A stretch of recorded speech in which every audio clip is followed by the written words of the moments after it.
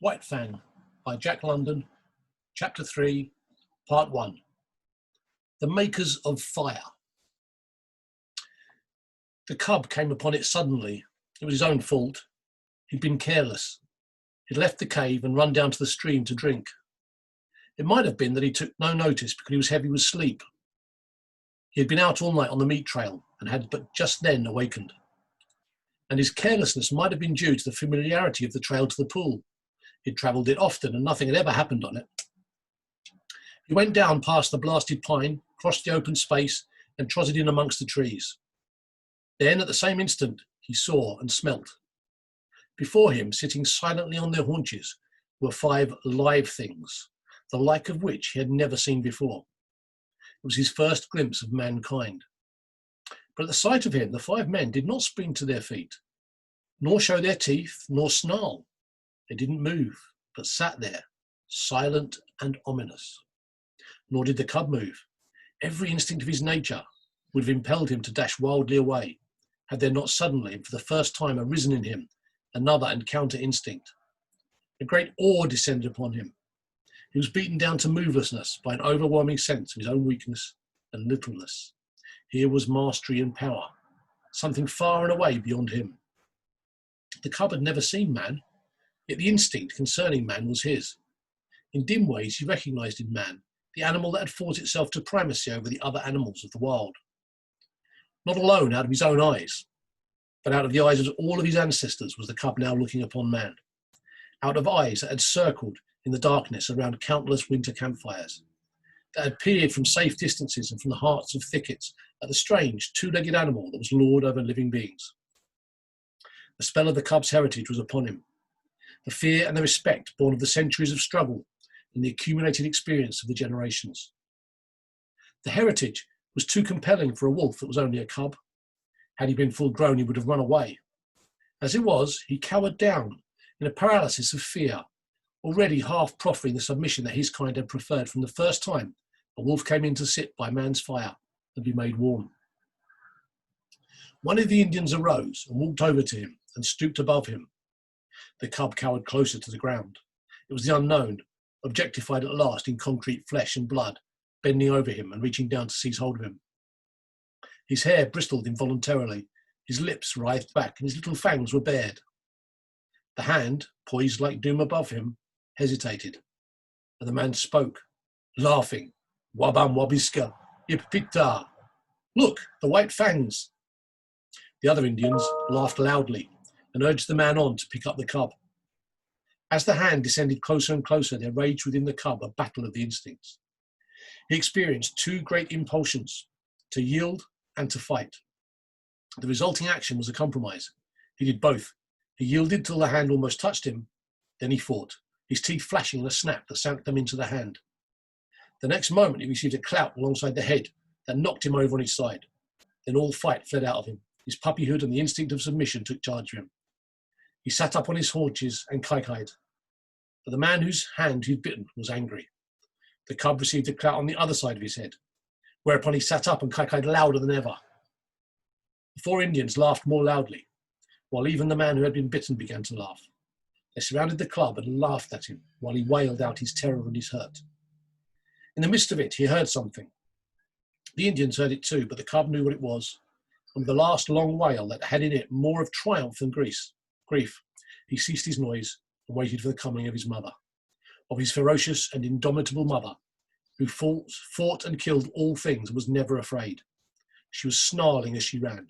She had heard the cry of her cub and was dashing in to save him. She bounded in amongst them, her anxious and militant motherhood making her anything but a pretty sight. But to the cub, the spectacle of her protective rage was pleasing. He uttered a glad little cry and bounded to meet her, while the man animals went back hastily several steps. The she-wolf stood over her against her club, facing the men with bristling hair, a snarl rumbling deep in her throat.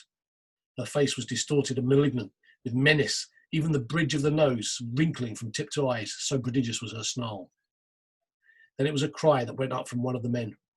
Keech was what he uttered. It was an exclamation of surprise. The cub felt his mother wilting at the sound. Keech, the man cried again, this time with sharpness and authority. And then the cub saw his mother, the she-wolf, the fearless one, crouching down till her belly touched the ground, whimpering, wagging her tail, making peace signs. The cub could not understand. He was appalled. The awe of man rushed over him again. His instinct had been true. His mother verified it. She too rendered submission to the man animals. The man who had spoken came over to her. He put his hand upon her head, and she only crouched closer. She did not snap, nor threaten to snap. The other men came up and surrounded her, and felt her, and pawed her, which actions she made no attempt to resent. They were greatly excited, and made many noises with their mouths. These noises were not indications of danger, the cub decided, as he crouched near his mother, still bristling from time to time, but doing his best to submit. It is not strange, an Indian was saying. Her father was a wolf. It is true her mother was a dog. But did not my brother tie her out in the woods all of 3 nights in the mating season? Therefore was the father of Kiche a wolf. It's a year, Grey Beaver, since she ran away, spoke a second Indian. It's not strange, Salmon Tongue, Grey Beaver announced. It was the time of the famine, and there was no meat for the dogs. She's lived with the wolves, said a third Indian. So it would seem, Three Eagles, Grey Beaver answered, laying his hand on the cub. And this be the sign of it. The cub snarled a little at the touch of the hand, and the hand flew back to administer a clout. Whereupon the cub covered its fangs and sank down submissively, while the hand, returning, rubbed behind his ears and up and down his back. This be the sign of it, Grey Beaver went on.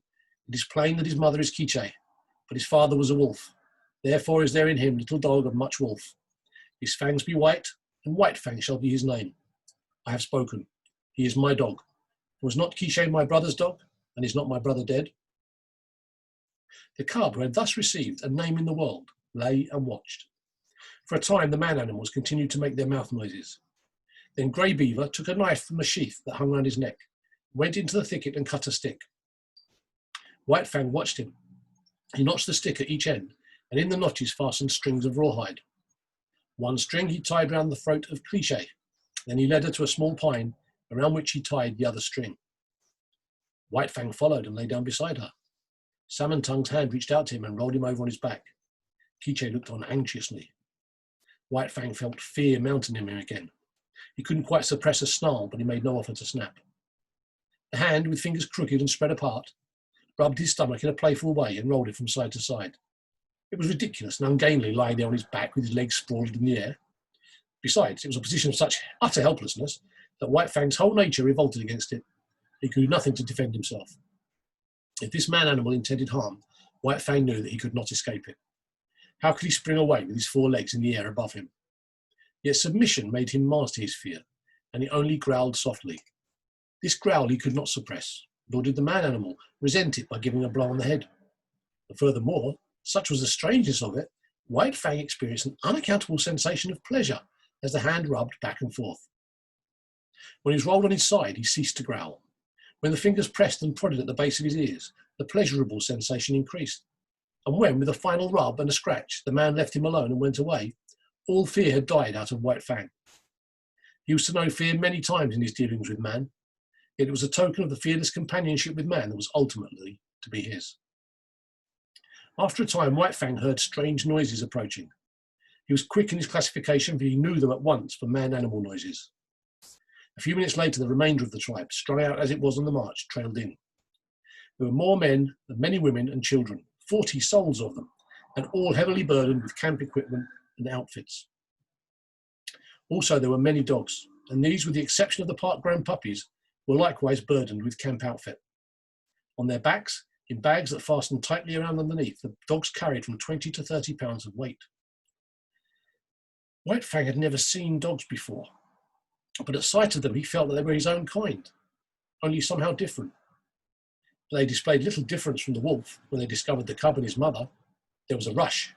White Fang bristled and snarled and snapped in the face of the open-mouthed oncoming wave of dogs.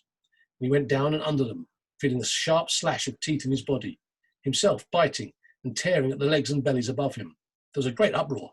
He could hear the snarl of Kiche as she fought for him. And he could hear the cries of the man-animals, the sound of clubs striking upon bodies and the yelps of pain from the dogs so struck. Only a few seconds elapsed before he was back on his feet again. He could now see the man-animals driving back the dogs with clubs and stones, defending him, saving him from the savage teeth of his kind that somehow was not his kind. And though there was no reason in his brain for a clear conception of so abstract a thing as justice, nevertheless, in his own way, he felt the justice of the man-animals, and he knew them for what they were, makers of law and executors of law. Also, he appreciated the power with which they administered the law. Unlike any animals he had ever encountered, they did not bite nor claw. They enforced their life strength with the power of dead things. Dead things did their bidding. Thus, sticks and stones, directed by these strange creatures, leapt through the air like living things, inflicting grievous hurts upon the dogs. To his mind, this was power unusual, power inconceivable, and beyond the natural power that was godlike. White Fang, in the very nature of him, could never know anything about gods. At the best, he could know only things that were beyond knowing.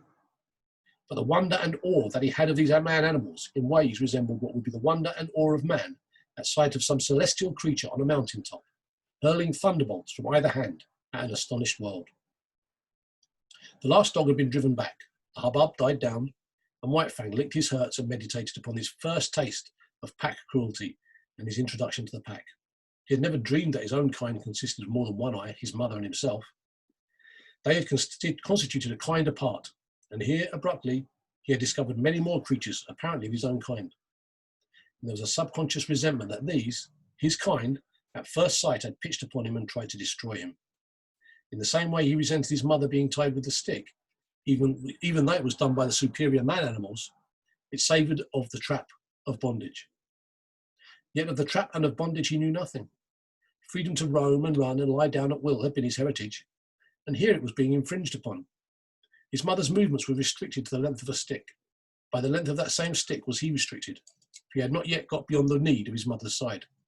He didn't like it, nor did he like it when the man-animals rose and went on with their march, for a tiny man-animal took the other end of the stick and led Quiche captive behind him. And behind Quiche followed White Fang, greatly perturbed and worried by this new adventure he had entered upon.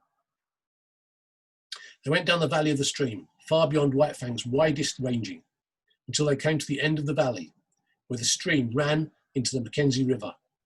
Here, where canoes were cached on poles high in the air, and where stood fish racks for the drying of fish, camp was made, and White Fang looked on with wondering eyes.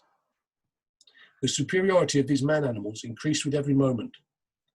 There was their mastery over all these sharp-fanged dogs. It breathed of power. But greater than that, to the Wolf Club, was their mastery over things not alive, their capacity to communicate motion to unmoving things, their capacity to change the very face of the world. It was this last that especially affected him.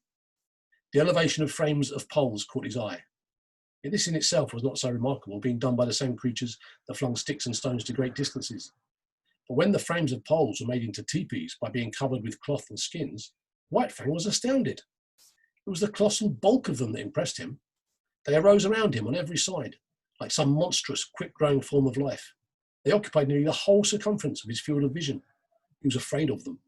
They loomed ominously above him, and when the breeze stirred them into huge movements, he cowered down in fear, keeping his eyes warily upon them, and prepared to spring away if they attempted to precipitate themselves upon him. But in a short while, his fear of the teepees passed away. He saw the women and the children passing in and out of them without harm, and he saw the dogs trying often to get into them, and being driven away with sharp words and flying stones. After a time, he left Quiche's side and crawled cautiously towards the wall of the nearest teepee. It was the curiosity of growth that urged him on, the necessity of learning and living and doing that brings experience. The last few inches to the wall of the teepee were crawled with painful slowness and precaution. The day's events had prepared him for the unknown to manifest itself in the most stupendous and unthinkable ways. At last his nose touched the canvas. He waited. Nothing happened. Then he smelled the strange fabric, saturated with the man smell. He closed on the canvas with his teeth and gave a gentle tug. Nothing happened, though the adjacent portions of the teepee moved. He tugged harder. There was greater movement. It was delightful. He tugged still harder and repeatedly until the whole teepee was in motion. Then the sharp cry of a squaw inside sent him scampering back to Quiche, and after that he was afraid no more of the looming bulks of the teepees. A moment later he was straying away again from his mother. Her stick was tied to a peg in the ground and she couldn't follow him. A part-grown puppy, somewhat larger and older than he, came towards him slowly, with ostentatious and belligerent importance. The puppy's name, as White Fang was afterwards to hear him called, was Lip Lip. He had had experience in puppy fights and was already something of a bully. Lip Lip was White Fang's own kind, and being only a puppy didn't seem so dangerous. So White Fang prepared to meet him in friendly spirit. When the stranger's walk became stiff-legged and his lips lifted clear of his teeth, White Fang stiffened too, and answered with lifted lips. They half circled about each other, tentatively snarling and bristling. This lasted several minutes, and White Fang was beginning to enjoy it as a sort of game. But suddenly, with remarkable swiftness, Lip Lip leapt in, delivered a slashing snap and leapt away again. The snap had taken effect on the shoulder that had been hurt by the lynx that was still sore deep down near the bone. The surprise and hurt of it brought a yelp out of White Fang, but the next moment, in a rush of anger, he was upon Lip Lip and snapping viciously. But Lip Lip had lived his life in camp and had fought many puppy fights. 3 times, 4 times, and half a dozen times his sharp little teeth scored on the newcomer, until White Fang, yelping shamelessly, fled to the protection of his mother. It was the first of the many fights he was to have with Lip Lip, for they were enemies from the start, born so, with natures destined perpetually to clash. Quiche licked White Fang soothingly with her tongue and tried to prevail upon him to remain with her, but his curiosity was rampant, and several minutes later he was venturing forth on a new quest. He came upon one of the man animals, Grey Beaver, who was squatting on his hands and doing something with sticks and dry moss spread before him on the ground. White Fang came near to him and watched. Grey Beaver made mouth noises, which White Fang interpreted as not hostile, so he came still nearer. Women and children were carrying more sticks and branches to Grey Beaver. It was evidently an affair of moment, so White Fang came in until he touched Grey Beaver's knee. So curious was he, and already forgetful that this was a terrible man animal. Suddenly he saw a strange thing like mist beginning to arise from the sticks and the moss beneath Grey Beaver's hands. Then amongst the sticks themselves appeared a live thing, twisting and turning, of a colour like the colour of the sun in the sky. White Fang knew nothing about fire. It drew him as the light in the mouth of the cave had drawn him in his early puppyhood. He crawled the several steps towards the flame. He heard Grey Beaver chuckle above him, and he knew the sound was not hostile. Then his nose touched the flame, and at the same instant his little tongue went out to it. For a moment he was paralysed. The unknown, lurking in the midst of the sticks and moss, was savagely clutching him by the nose. He scrambled backwards, bursting out in an astonishing explosion of kaikais. At the sound, Quiche leapt, snarling, to the end of her stick, and then raged terribly because she couldn't come to his aid. But Grey Beaver laughed loudly and slapped his thighs and told the happening to the whole rest of the camp, till everybody was laughing uproariously. The White Fang sat on his haunches and kaikaied, a forlorn and pitiable little figure in the midst of the man animals. It was the worst hurt he had ever known. Both nose and tongue had been scorched by the live thing, sun-coloured, that had grown up under Grey Beaver's hands. He cried and cried interminably, and every fresh wail was greeted by bursts of laughter on the part of the man animals. He tried to soothe his nose with his tongue, but the tongue was burnt too, and the two hurts coming together produced greater hurt, whereupon he cried more hopelessly and helplessly than ever. And then shame came to him. He knew laughter and the meaning of it. It's not given us to know how some animals know laughter and know when they're being laughed at, but it was this same way that White Fang knew it, and he felt shame that the man animals should be laughing at him. He turned and fled away, not from the hurt of the fire, but from the laughter that sank even deeper and hurt in the spirit of him. And he fled to Quiche, raging at the end of her stick like an animal gone mad, to Quiche, the one creature in the world who was not laughing at him. Twilight drew down and night came on, and White Fang lay by his mother's side. His nose and tongue still hurt, but he was perplexed by a greater trouble. He was homesick. He felt a vacancy in him, a need for the hush and quietude of the stream and the cave in the cliff. Life had become too populous. There were so many of the man animals, men, women and children, all making noises and irritations.